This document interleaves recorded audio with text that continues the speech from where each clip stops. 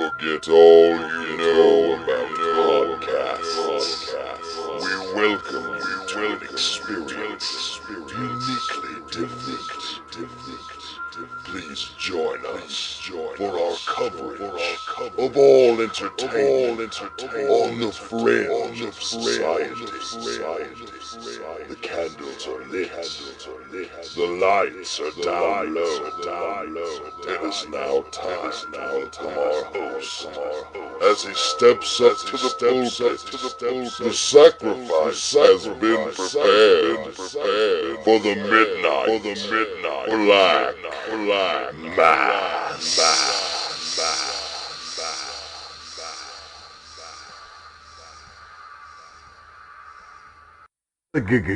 Ghastly greetings, groovy ghoulies. It's the Reverend, and you're back for another Midnight Black Mass here on the Potty Humor Network at youtube.com/pottyhumor and facebook.com/pottyhumor, as well as the Potty Humor channel on iTunes, Stitcher, and all of your great streaming, podcast, and radio services.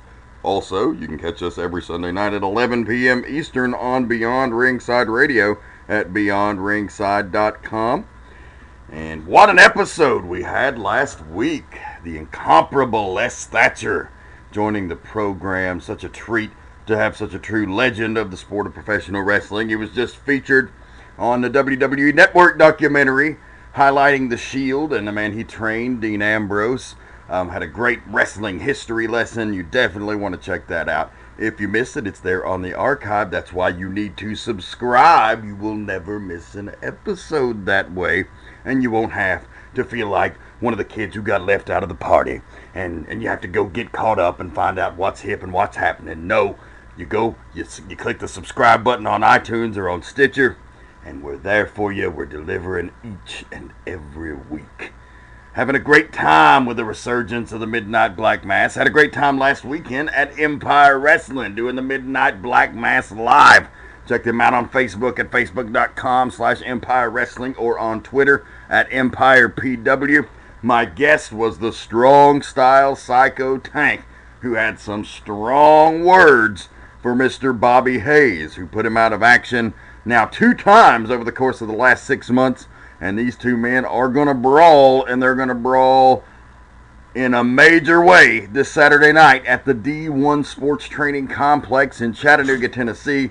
Go to those web addresses I told you about, facebook.com/Empire Wrestling, on Twitter at EmpirePW, or on their brand new website at EmpireWrestling.net, where they have a brand new video on demand service where I'm providing the exclusive play-by-play commentary. And you can sign up. It's absolutely free. All you have to do is provide your email address, get added to their mailing list, and get a registered password for the website. Already up, the 4-way ladder match from Crazy from the Heat 2014. That is there on EmpireWrestling.net and in its entirety. It's a 2-part video.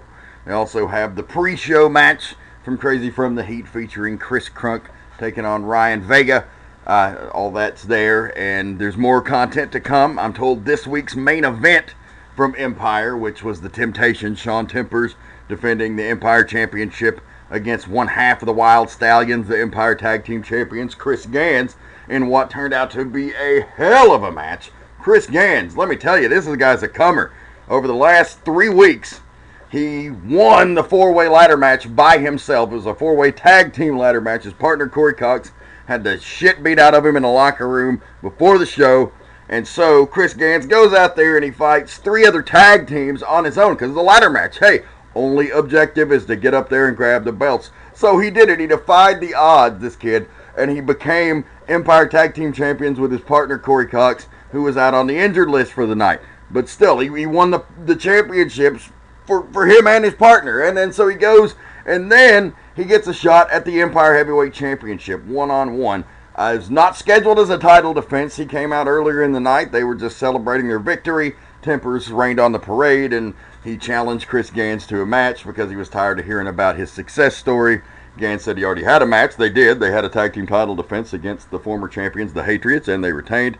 But he said he had another match, and he wasn't going to do it. Well, Tempers So Tempers says, okay, fine, you're a coward, whatever.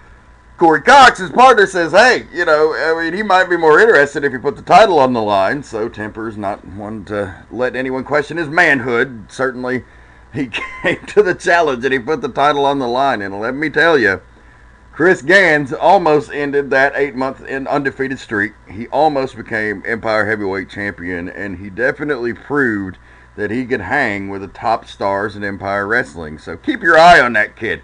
Talk about up-and-coming indie stars. That's one of them. Him and his tag team partner, Corey Cox, is the Wild Stallions. They could both stand to get in better shape, but Gans is in better shape than Cox. But they're a charismatic, fun-loving tag team. They really get the art of the tag team specialist down. But two guys to keep an eye on. So just wanted to give a little praise there from the great time I had calling that match. And as I say, it'll be up on EmpireWrestling.net. So, where can you catch me? Well, as I said earlier, Tank and Bobby Hayes is going down this Saturday night. I will be there as well at Empire Wrestling's D1 Sports Training Complex debut in Chattanooga, Tennessee. That also will feature Ace Rockwell taking on his protege, UTC linebacker Gunnar Miller, and who's a huge prospect for the major leagues. And then also that card, as of right now, they've advertised the Double Dragons taking on the Wild Stallions for the tag team titles, but we're told that Corey Cox's injuries may have been worse than earlier thought. So I'll keep you posted once I attend, and we'll let you know next week on the show, or you can just go to Empire's website and check them out. So where can you catch me down the road besides this Saturday night in Chattanooga? Well, next Friday in Atlanta, Georgia, I will be at the largest sci-fi and fantasy convention in the entire country, Dragon Con 2014. It's my most wonderful time of the year. I could sing the Christmas song right now, because it is to me. It's a celebration of debauchery and geekery and creativity and idealism and good old-fashioned fun and just getting hammered with your friends and amongst all of these costumed people. And you meet people who are into the same stuff you are. If you've got any sort of obsession, like I'm very into horror movies and comic books, so I meet and mingle with all kinds of those people at Dragon Con. Dragon Con Wrestling, though, will be occurring on Friday night at 7 p.m. That's August the 29th at the Hyatt Regency Ballroom in downtown Atlanta. Tickets run you about $50 for a one-day pass, and I think they're about $150 for the weekend, but you can confirm that and get your tickets now over at DragonCon.org. And already announced for that, they've got James Gunn, the director of Guardians of the Galaxy. They've got Ralph Macchio from The Karate Kid. They've got Bill Farmer, the guy that does the voice of Goofy. They've got all the cast of True Blood and Arrow and The Walking Dead. It's always just an amazing time, and you always meet the craziest people. So come join the party on Friday, August the 29th. And happening all that weekend, the wrestling's going on the 29th, but the party will go until Monday, until Labor Day. So Dragon Con, always excited. We'll have a more in-depth look at Dragon Con next week on the broadcast. Where else can you find me? I'll be out on the road coming up in Red Bank, Tennessee on Sunday, August the 31st at 3 p.m. for Deep Southern Championship Wrestling. I'll be managing the Strong Style Psycho Tank on that card as he teams with Cyrus the Destroyer to take on the Good Old Boys, legendary NWA World Tag Team Champions, the Rock and Roll Express. The Hall of Famers themselves will be there in the main event, taking on up-and-coming tag team stars Chip Hazard and Talon Williams, The Movement. It's definitely a day to remember and a day you want to be there. That's going to be Sunday, August the 31st for Deep Southern Championship Wrestling. You can find more information about them at dscw.org. You can find them on Twitter at dscw101. And our guest tonight actually ties into that a little bit, or a lot, considering he is the promoter. That would be the Big Wood, Greg Hullander. Now, some of you fans that have caught us internationally or are not familiar with the Southern independent wrestling scene may not know who the Big Wood is or who Greg Hullander is. He started out back in 1988, and he had a great career as an enhancement talent in World Championship Wrestling. And we talk about that more in the interview and really what it meant to be a traveling enhancement talent with them. And we talk about lots of things. This is one of my favorite interviews, actually, that I've conducted. He's one of my mentors in professional wrestling. I'd say I have about 3 mentors in professional wrestling that really, are responsible for how I turned out, and that would be the Big Wood and Jeff G. Bailey and Bill Behrens. And all of those, in their own part, formed me and helped shape my opinions and theories and knowledge of the sport. And I'm forever grateful to them. So always happy to have one of them on the show. And the Big Wood is going to be here tonight. He's a trainer. He's trained myself, Ace Rockwell, Shaun Tempers, Rufus Black, Andrew Alexander. The guys now in DSCW, Chip Hazard and Talon Williams, the Movement. They're a great up-and-coming tag team. Trained them as well. Cyrus the Destroyer. He works with Kyle Matthews. He's one of the most respected individuals in all of the state of Georgia, and really interesting to hear his opinions and his insight on the business. So we got all that coming up for you. And then just one last event to plug. I'll be back in Red Bank, Tennessee on Sunday, October 26th.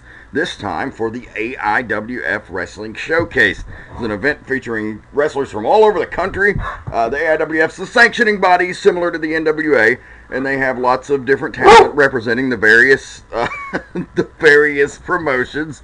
And you heard the Hound of Hell, Bocephus, there.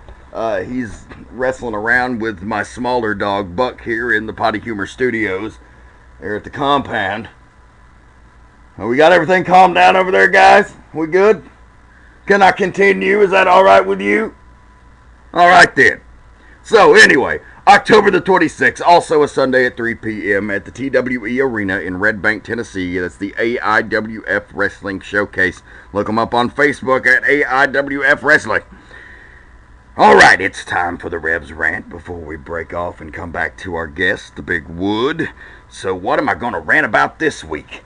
I said, Rev, you didn't rant about wrestling last week. You tried to give us some kind of preachy life lesson.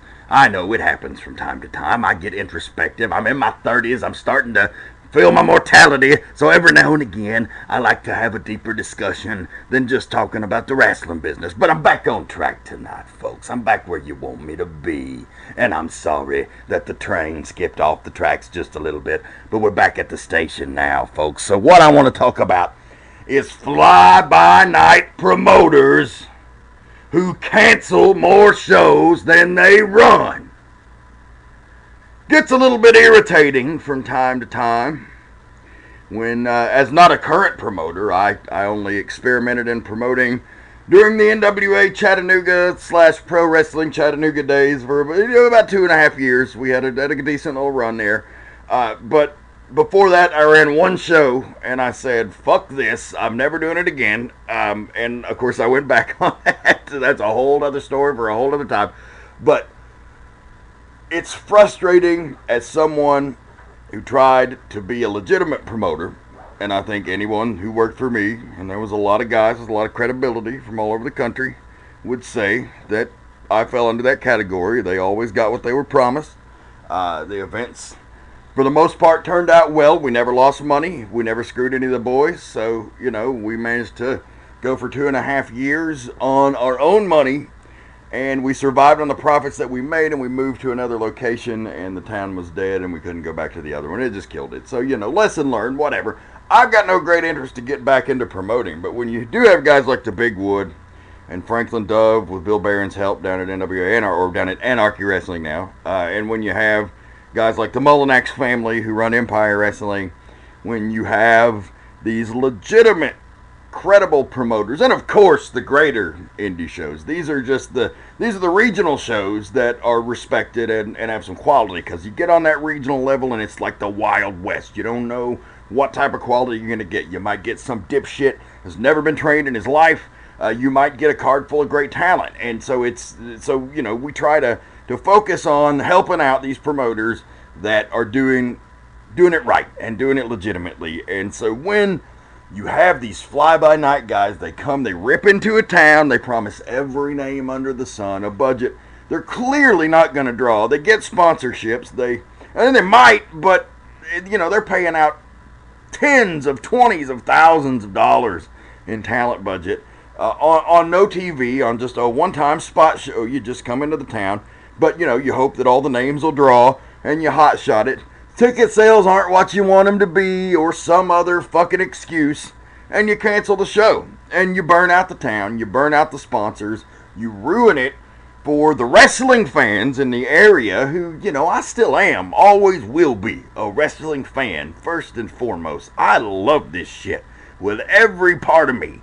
Everything that's not my family, that's not my wife and daughter, wrestling consumes every other aspect of my life.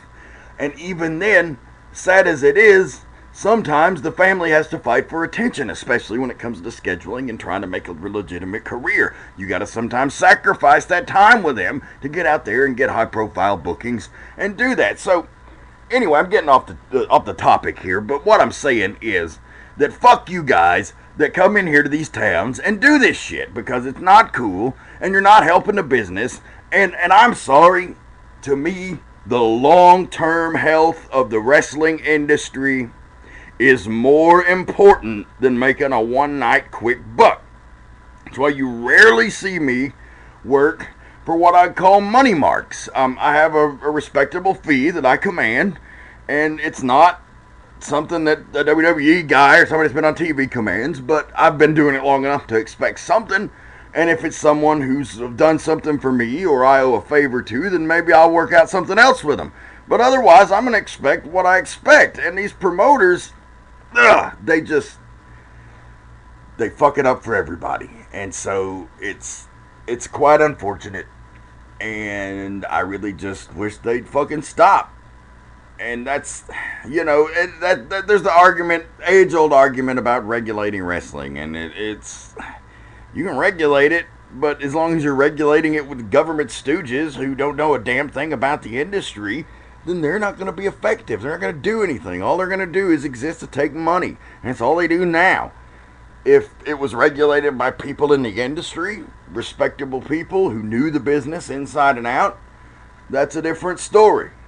I think the quality promotions do a fine job of policing themselves. It's these fly-by-night idiots who burn out towns, who screw sponsors, and who just put a nasty taste of professional wrestling in people's mouths.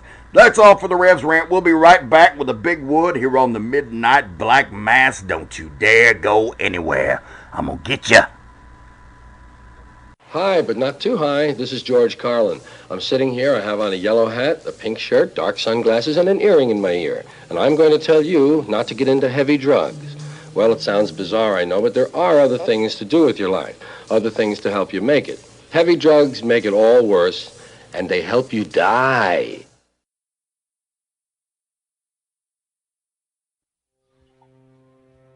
Whether you're having an autograph session, personal appearance, or live event, we got just the person you need to contact for all of those needs. SBI Bookings is home of some of the best stars in the wrestling industry today. They provide you with the best talent this business has to offer, from Kevin Nash, Larry Zbyszko, Scott Steiner, and many, many more. So who will you contact next time you're planning an event? The men of SBI Bookings. Check them out at sbibookings.com. You're listening to the Midnight Black Mass. Where can you get your exclusive Midnight Black Mass merchandise? Well, you need to head right on over to midnightblackmass.spreadshirt.com. We got t-shirts of all sizes for the ladies and for the dudes. We've got coffee mugs and other potty humor merchandise. We've even got a Midnight Black Mass hoodie that says #reject. So you definitely want to get on that train and go over to midnightblackmass.spreadshirt.com. Don't forget, we're a part of the Beyond Ringside Radio Network. Every Sunday at 11 p.m. Eastern Time, a new episode of the Midnight Black Mass airs on 24/7 wrestling, MMA, talk radio, and more at beyondringside.com. Wrestling fans, Anarchy Wrestling television tapings are the second and fourth Saturdays of every month at 4236 Level Grove Road in Cornelia, Georgia. For more information on Anarchy Wrestling, and on the shows, to watch the television product, and a whole lot more, go to anarchy-wrestling.net. That's Anarchy Wrestling, the second and fourth Saturdays of every month in Cornelia, Georgia.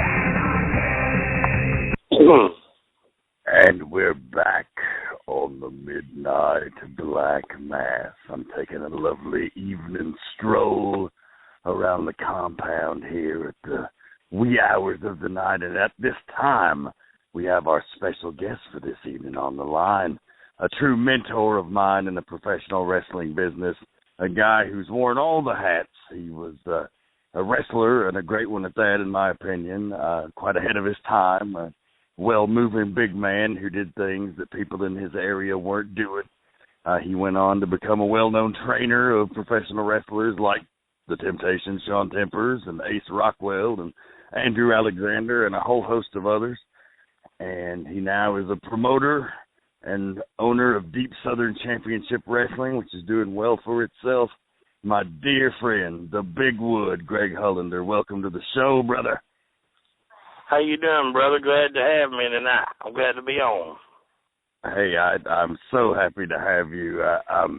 The last volume of the Midnight Black Mass was more focused on the Wild Side Chronicles. This volume, I'm opening it up to just all the experiences in wrestling, because I'm finding, it gives me an excuse to catch up with people and just talk shop, which is what we all love to do.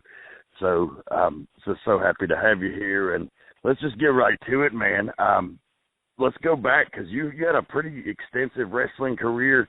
Let's talk about you breaking into the business, because it was, the early 90s, is that correct? Yeah, it was late, about 80, 88, 89, right in that break. It was right at the end of the 80 mark, starting in the 90s.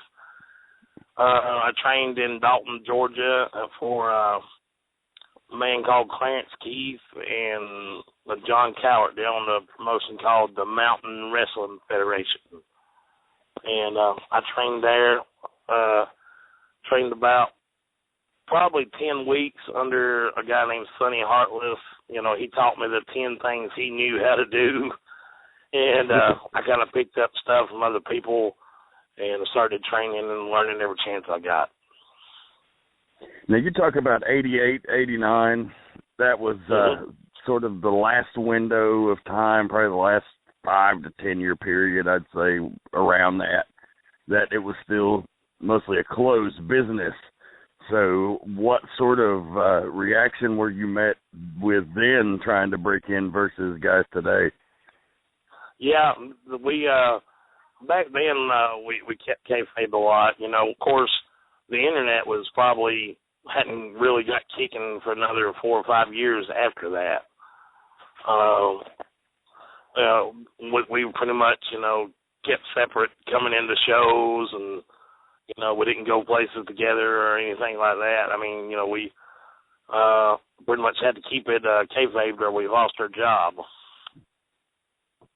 And so did the veterans give you a hard time as far as breaking in? Like, was it more difficult for you to even get an opportunity, or did you find that it was relatively easy, or you got a lucky break?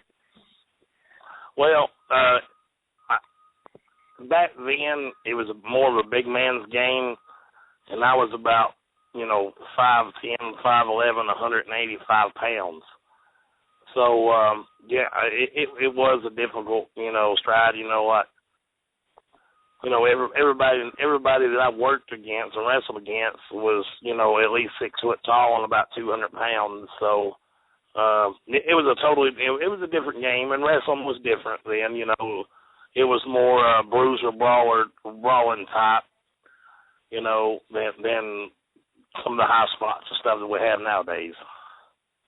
It was an interesting time in the business, because that window was coming right off of the hot period of the 80s, and it's sort of the last era of that, and then you got to experience another wave of popularity in wrestling in the late 90s.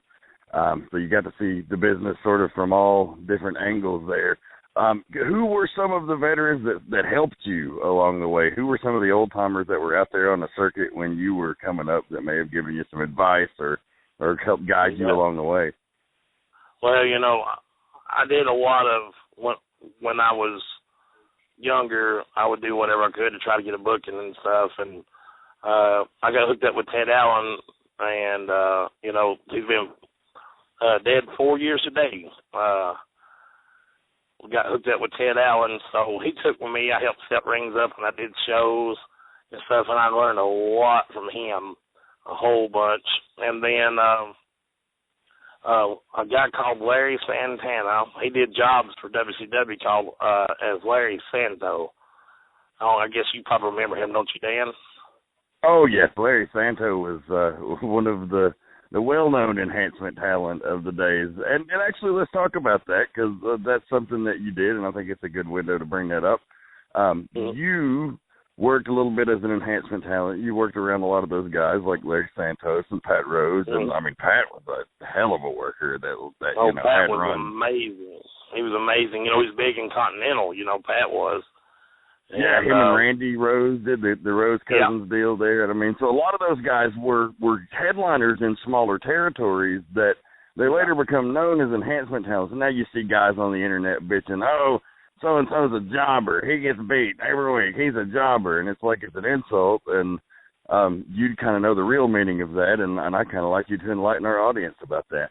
Well, I actually, I was sitting around over at my buddy Doug Watkins one day. He is an ex-promoter. He promoted TWA for years. We used to hang out there on Sundays and do pool parties and stuff.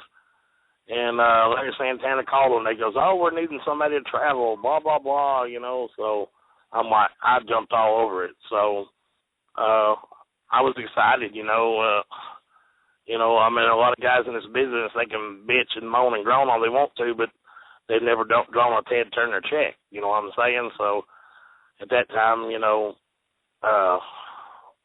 I was excited and happy, and I don't regret it at all,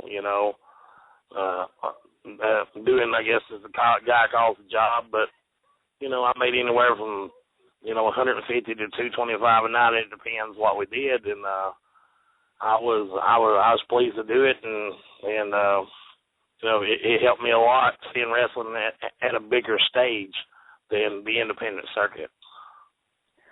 Yeah, and it's like those guys don't get the respect I think they deserve because they were particularly selected because they were good hands and good talents, and they could make the other guys look good. If you're worth a damn in this business, you want to be proud of what you do no matter what that spot is, and that's right. So, I think that it's really time that people pay a little more respect to the enhancement talent of that era, because it is a thing of the past now. They don't really do that. It's very infrequently, at least. Yeah, like one night, we did Gainesville Mountain Center, and I drawed Abdullah the Butcher that night. He beat the hell out of me.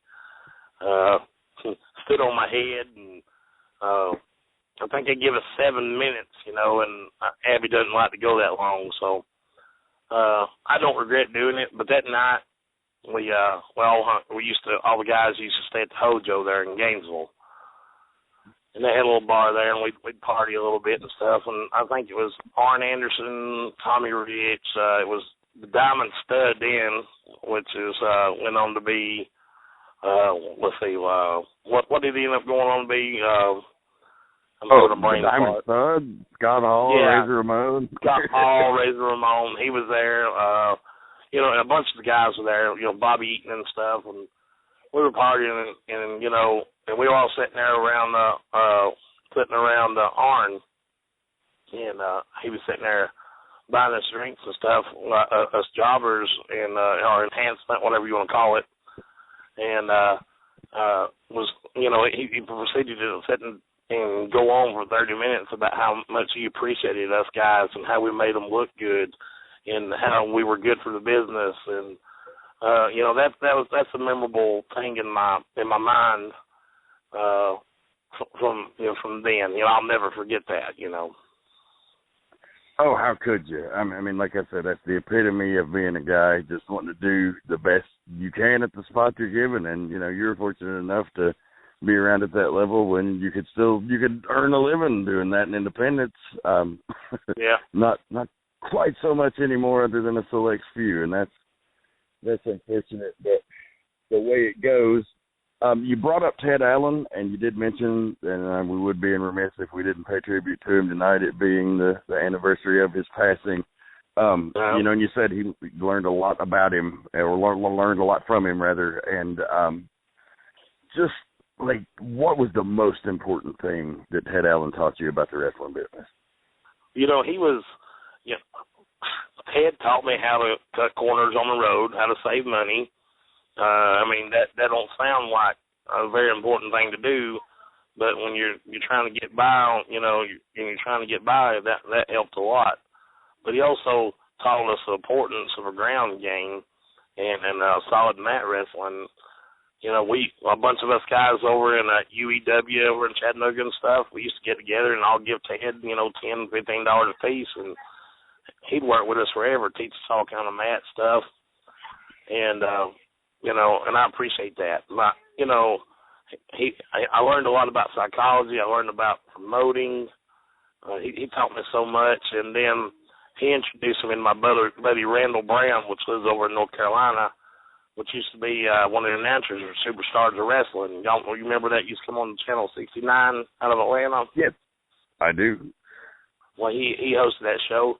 And I actually started working with Randall, so I'm doing the rings and stuff too. And he taught me a lot about promoting and you know, just all kinds of things about the business, you know, living on the road, you know, quality of good products and stuff. And, you know, knowing Ted Allen opened a lot of doors for me, you know. I guess a lot of people figured if I was good enough to work for Ted, I was good enough to work for them, you know. So, you know, it was a blessing to really know Ted. And I was glad to call him my friend.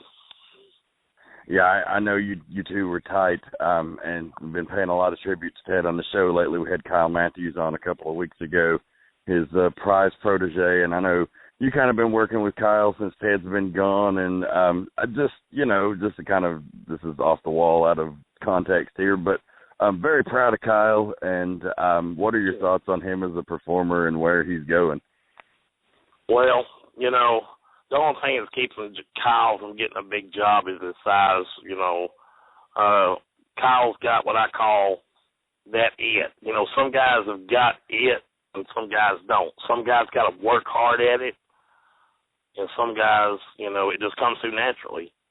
And, you know, Kyle's psychology is great. You know, his man ability, his high flying ability, just you call it, he can do it. And you know, he's my friend, and I'm not just saying this because he's my friend. I'm a kind of guy, I call it like it is. And Kyle is a next level wrestler, and you know, like I said, the only thing keeping him from getting the job is probably his size a little bit.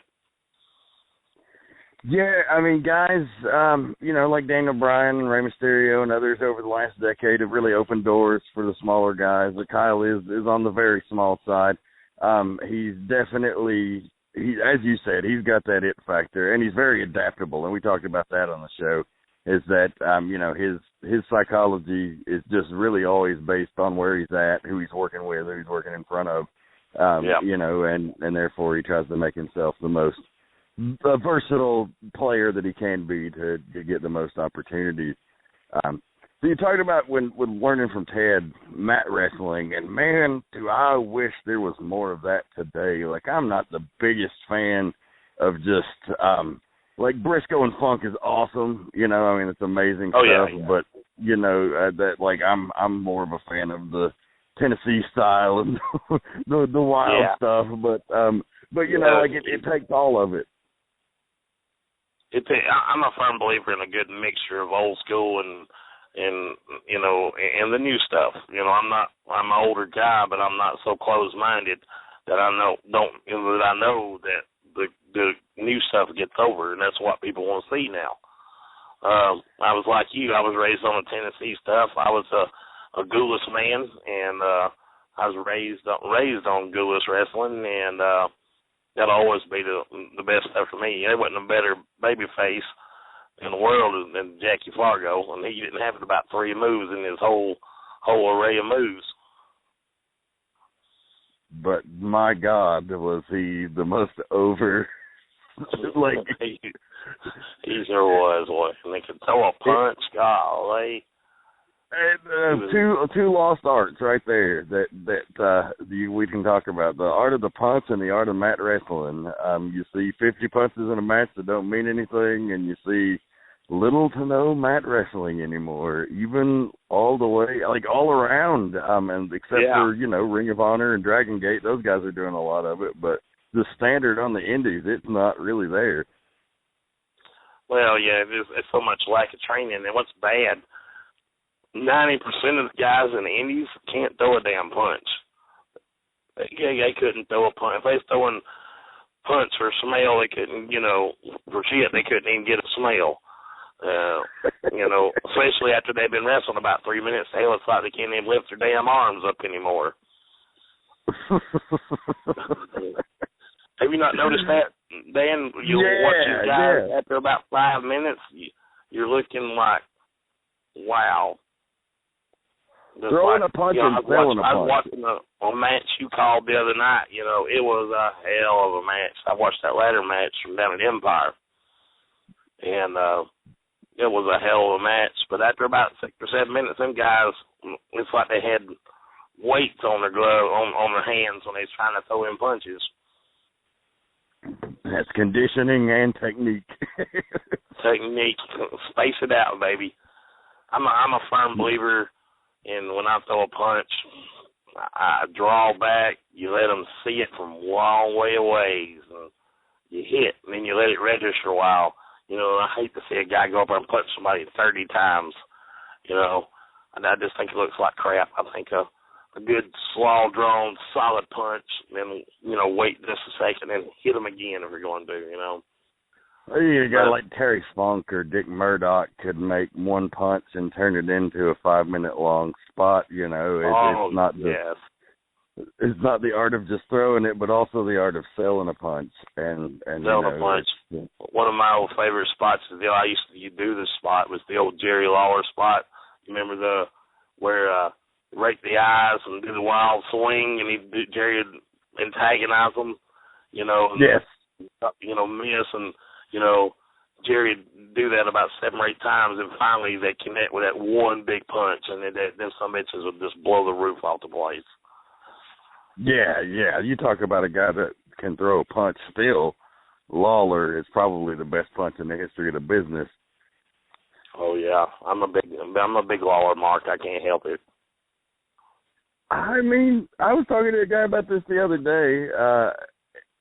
There's an argument to be made that Lawler is the greatest worker of all time. The only detraction that people say about him is that he never drew outside of Memphis. But, I mean, if you count them putting him on a featured WrestleMania match a few years ago, I think that could even be disproven.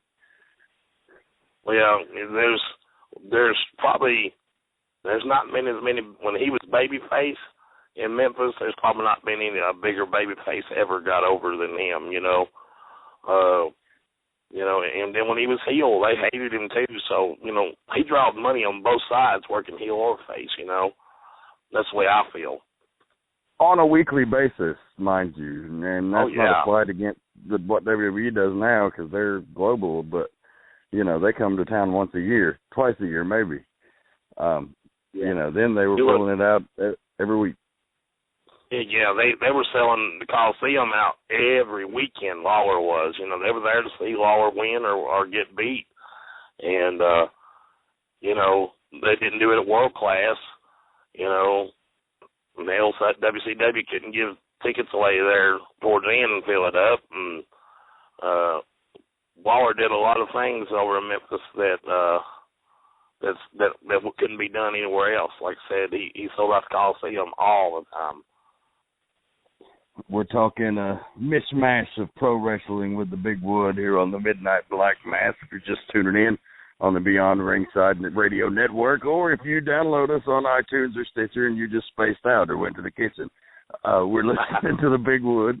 And this is, like I said, he's a man who was a mentor of mine and many other top talents in wrestling right now. Ace Rockwell, Shaun Tempers, Andrew Alexander, and more. former wrestler himself, had a lengthy career. Also promoter, and just right quick as we're jumping into this identification moment, let's go ahead and get your plugs. You got several big events coming up with Deep Southern Championship Wrestling. You can find them on dscw.org on the internet, also on Twitter at dscw101. Yes, sir. You'll get that down pat. Yeah, we got a lot of big stuff coming up. You know, we got in this Saturday. We got Jimmy Rave coming in, taking on some of my local talent. Torque, the guy's overlooked. He don't really get out much, but he's one of my top baby faces here. I look for him and Jimmy Rave to really tear the house down. Yeah. And then give me a plug a couple more. Go for it, man. This is your time. Take as much as you All need. right. Then I got the following week. I'm in LJ, Georgia.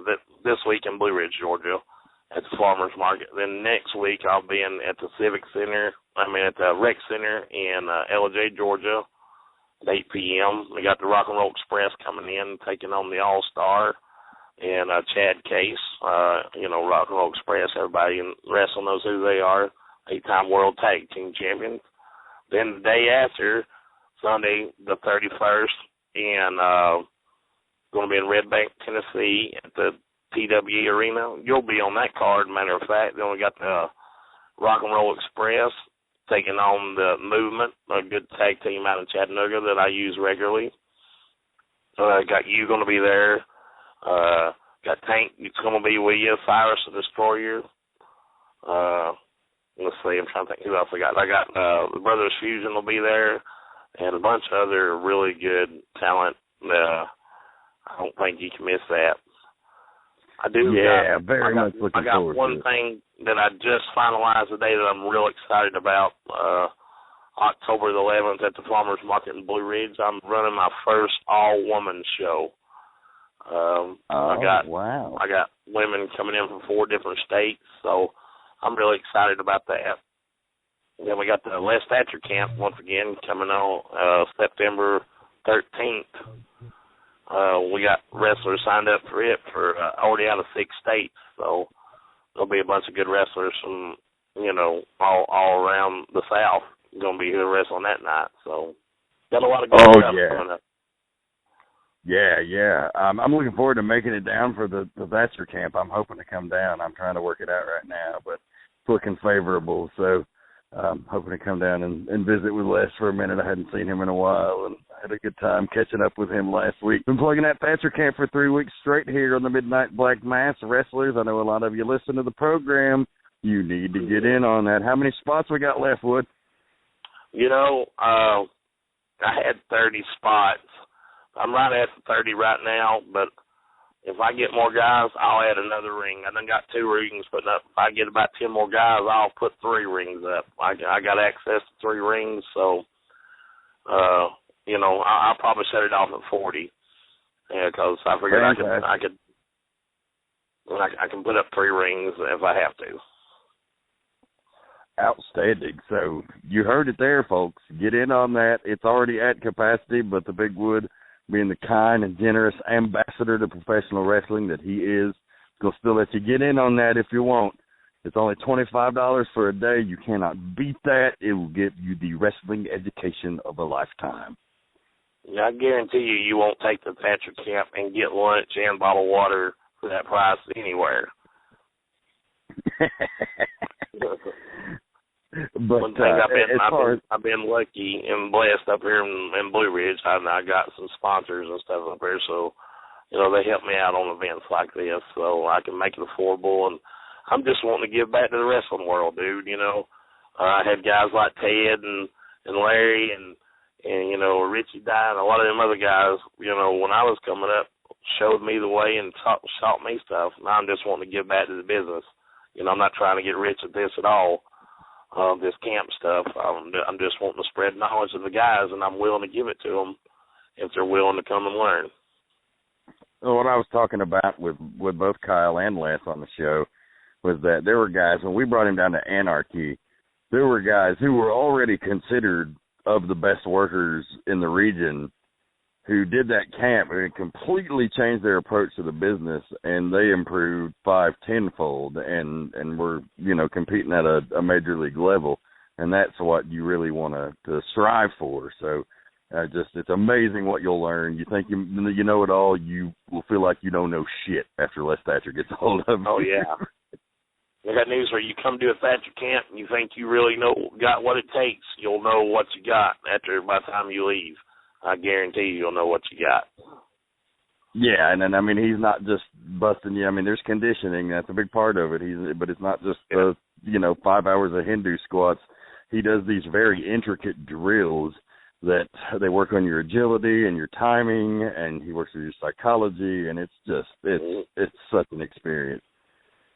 You know, I've got guys, all my guys that work for me regularly, they've took it for 3 years in a row. You know, I tell them after they take it one time, they don't have to, but they want to, because it's a good, even if you've already took the Thatcher seminar, it's a good thing to come and re-hone your skills sometimes. Sometimes we're getting this, I call it a funk. We're getting this funk and getting a groove in independent wrestling by doing the same stuff over and over. By coming and doing a clinic like this, you know, refreshes your mind, refreshes your wrestling ability and skills. Yeah, you need to be challenged. I mean, you need to be challenged to continue to improve. If you're doing the same old shit, you're going to get the same old results. I think a true competitor wants that challenge. You want to be able to show what you got, and you want to be put in situations where you got to show you can excel at difficult tasks. Yeah. Well, you know, especially in the independent circuit, we got so many different levels of wrestler. You got your guy that knows 3 moves, and you know that Joe Blow taught him down the street. Then you got your Kyle Matthews and stuff. So you know you want to be better. You know, you want to be able to work these top guys. You want to be able to be in the main events. You know, you want to, go, I'm so-and-so, and, they go, oh, I've heard of you. You know, you're a great wrestler, blah, blah, blah, It's your craft. That's what you're going to do. Most guys do it every weekend, if at all possible for them. So, why would you not want to, work on your craft and make it better? Yeah, that's it. It's trying to just go out there and do something different every time, and like I said, just take it to that next level. So definitely, I'm preaching it till I'm blue in the face. But all of you guys on the independent scene need to get out there and check that out. But moving on from the Les Thatcher camp and the whole promoting deal, just talking about your wrestling career, just going back on a few reflections, did you have a favorite match? And if so, would you have also considered it your best match? And if not, what did you consider it? Yeah, there's a story behind my favorite wrestling match and one of my best, if you want to kind of hear it. Sure. I was working for a group out of Carolina. It's called North American Championship Wrestling. We had a little TV deal, and stuff was rolling pretty strong. So I think we were somewhere on the outskirts of Charlotte doing a show. When I showed up that night, and I drawed Greg Valentine, and I was like all excited. Then I seen him. He's back there leaned up against the wall, just a rocking dude. I mean, he was freaking out of it, and I'm like. I told my buddy Randall, I said, I am not working this guy. Look, he can't even fucking stand up. And he goes, oh, man, you'll be all right. Go ahead and work him. I said, no, dude, I'm not doing it. So we jaw-jacked back and forth for about 30 minutes, and I finally agreed to do it. And then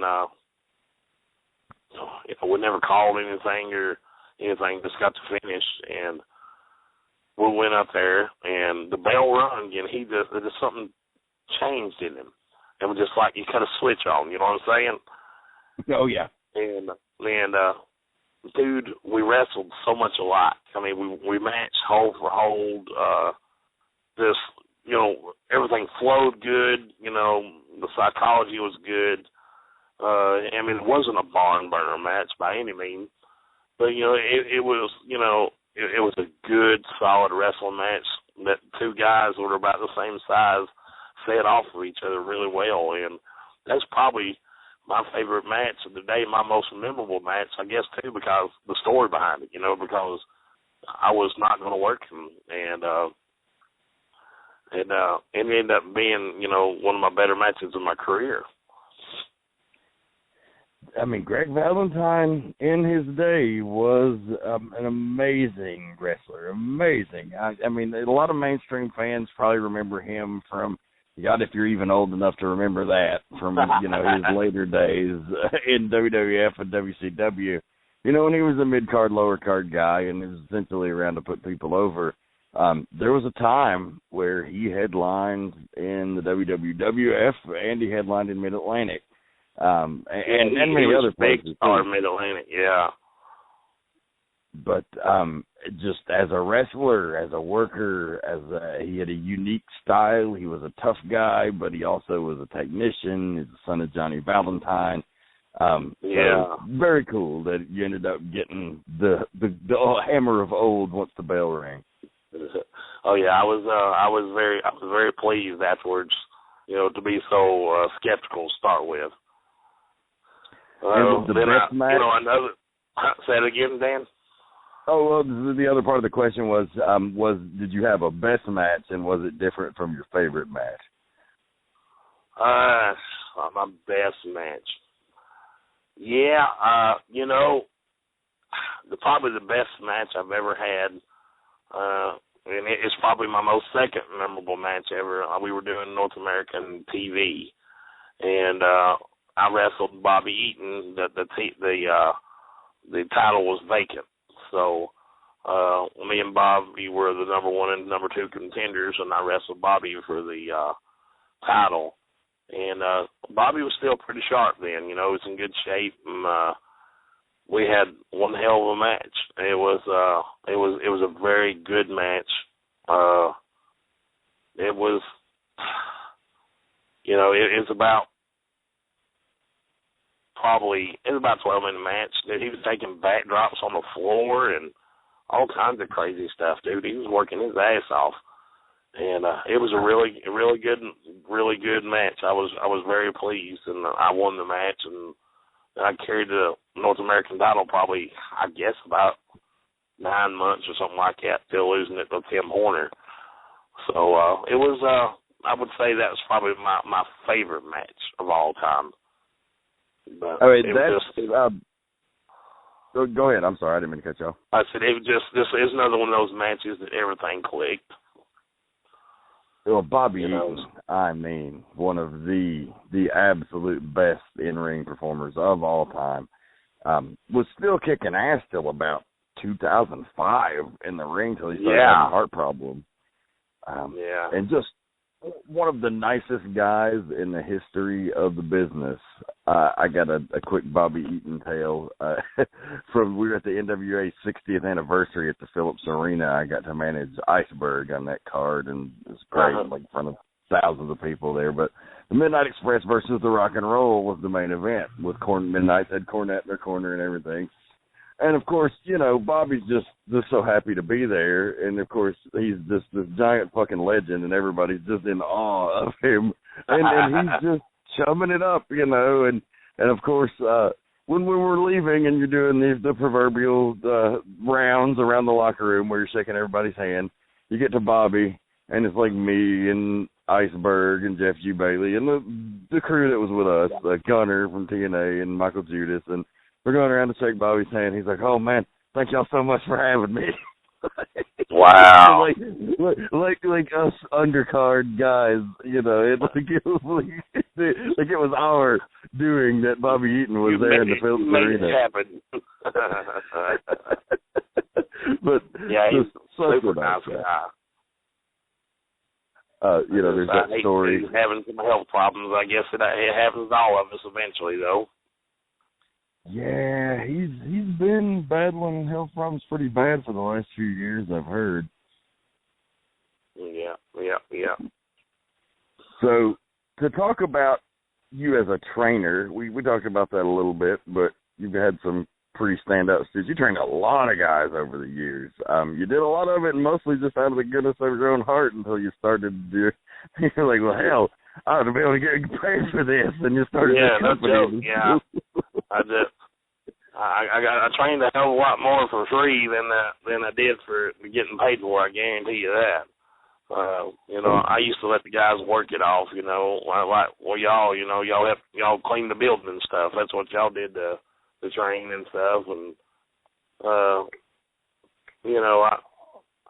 love teaching. I like sharing my knowledge, and my wrestling knowledge was stale my first 7 or 8 years of my wrestling career because I stayed in the same place and I did the same stuff. Like I said, then I met Ted and all these other guys and started doing stuff. But I just like passing the knowledge that's been given to me, and I love training, and I train. So I train differently, and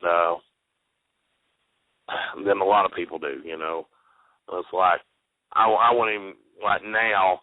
Like when I trained y'all, I trained a little different, but nowadays it's like 6 weeks for a guy to even think about touching a rope.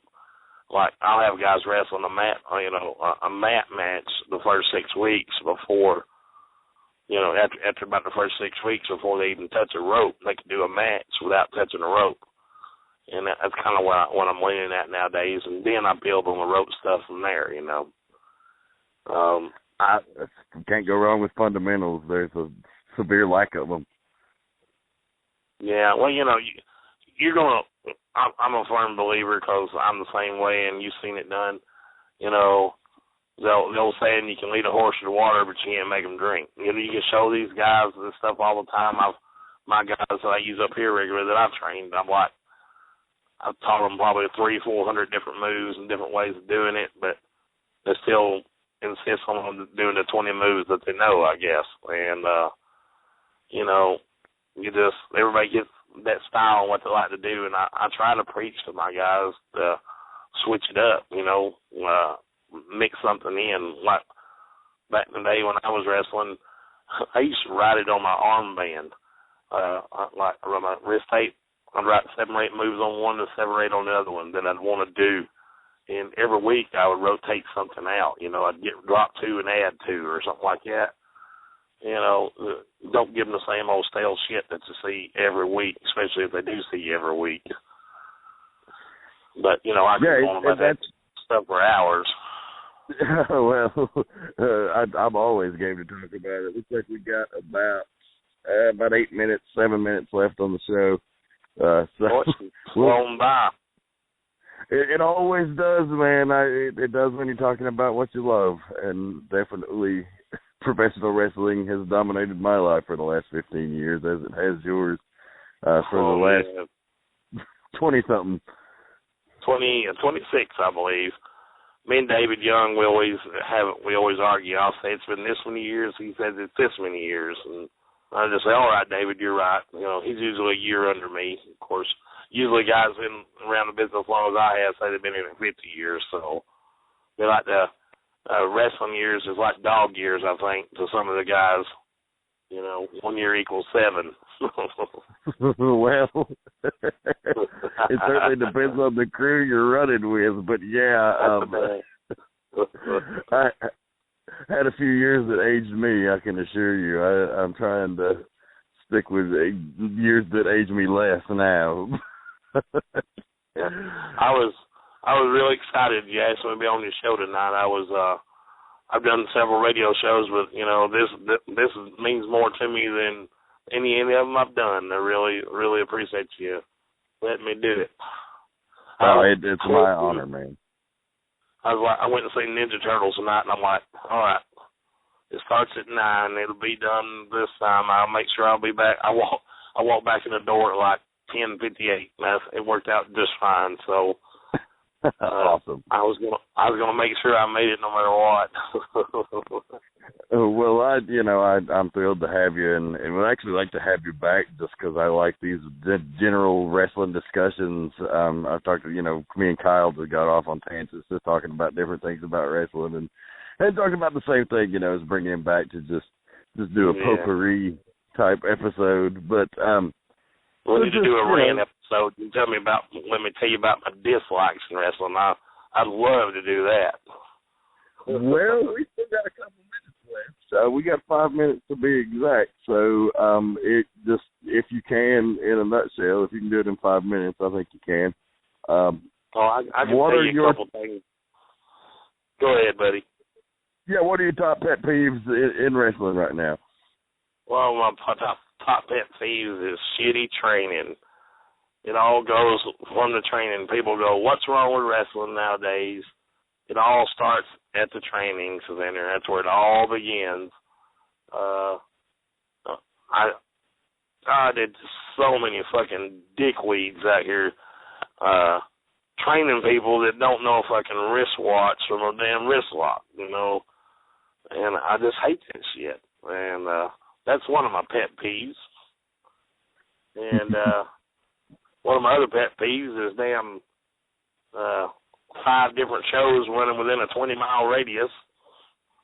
That's a common thing, not just in Georgia. I mean, I hear it everywhere. When I was selling rings for, I had my buddy Randall selling the high spots rings, and we travel all the world, dude. I don't know how many times I've heard, yeah, well, this guy got pissed off at this guy, so he went and bought a wrestling ring, and he's going to do it the right way. Not going to do it like damn Vince McMahon does it. What the hell does that billionaire know? You know what I'm saying? Hey, the guy's a fucking billionaire. Yeah, he don't know what he's fucking doing. All right.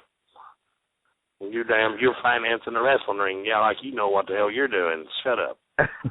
And, that's one of my pet peeves. Shall I go on? I can keep going.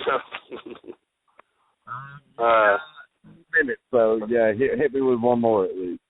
All right, here's a good one. How about this? Every fucking idiot that should be buying a ticket nowadays, we're booking us or using us some bitches some way or another in the damn wrestling show. My God, if he ain't good enough to train to wrestle, let's make a referee out of him, So you go to an independent show, there'll be 5 fucking referees. Each one of them's got the damn IQ of about 3. That's amongst three of them. We got idiots that we're letting work on these shows and be part of shows that should be buying a fucking ticket instead of damn, saying that, I'm a wrestler or I'm a referee or this or that. We just let any fucking idiot that walks up and's got a little dollar, got a little bit of money, we put them in a ring or something. We let them be some part of the damn show to make you look like a fucking idiot, and that's another one of my pet peeves. Yeah, and when that happens, because those guys get in referee and manager spots, it really makes guys that are trying to make a serious go of it, it makes that road harder because it's harder to fight for those paydays and everything else. Well, why pay you when they can have their buddy do it for free, even though he's a fucking moron? That's right. Even if you're a referee or you're a manager, I still believe you need to fucking train. And they just let these idiots just get in here without training and do nothing. It's, and they want to know. And then I've had them tell me this, and here's what I told them. They go, oh my God, I wonder where my crowd is. I'm gonna tell them, I'll tell you where your crowd is. It's in your fucking dressing room. And they just don't get it. They're oblivious to damn what's going on. Oh man, and I'm not gonna lie. I've been guilty of it in the past, but I've got wiser over the years. You live and learn, man. That's all you can do. This has been a wonderful discussion with the Big Wood, as it always is. Now you got to hear it live on the Midnight Black Mass, what normally just happens with me and Wood outside a dressing room or in a phone conversation. So it's quite enlightening. Thank you for joining us. We're out of time, Woody, but I appreciate you coming on the show. It's been amazing. Again, check him out at dscw.org, on Twitter at dscw101. He's got a ton of great stuff going on. Thanks again, man. Thanks, Dan. Appreciate it. Yes, Bye-bye. sir. Like mass, and we're out of time, but thanks again for joining us. I want you to keep one foot in the gutter and one fist in the gold. This is the Reverend, and good night.